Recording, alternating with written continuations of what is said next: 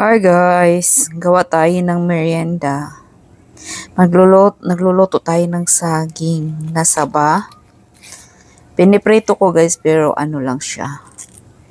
Yung hindi ko nilalagyan ng asukal kasi matamis na to eh. Alam mo na guys, pag iba talaga pag medyo nagkakaedad na tayo.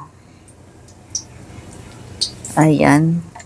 Kondang prito lang, hindi na natin nilalagyan ng asukal. Ayan, ganito lang siya.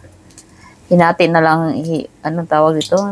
Hinati ko yung isang saging para madali siyang maluto. Ayan, para hindi siya ano ng mantika.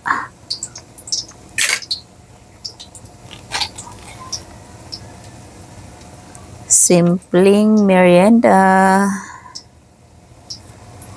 Saging na saba. Ayan.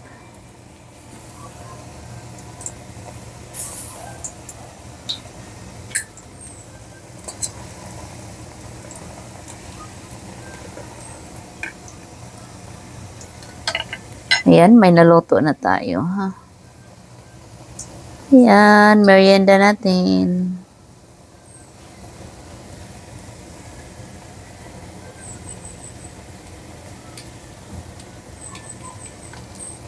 Simpleng merienda, guys. Ayan. Saging, prito, pero hindi na natin nilagyan ng asukal. Ayan, thank you for watching.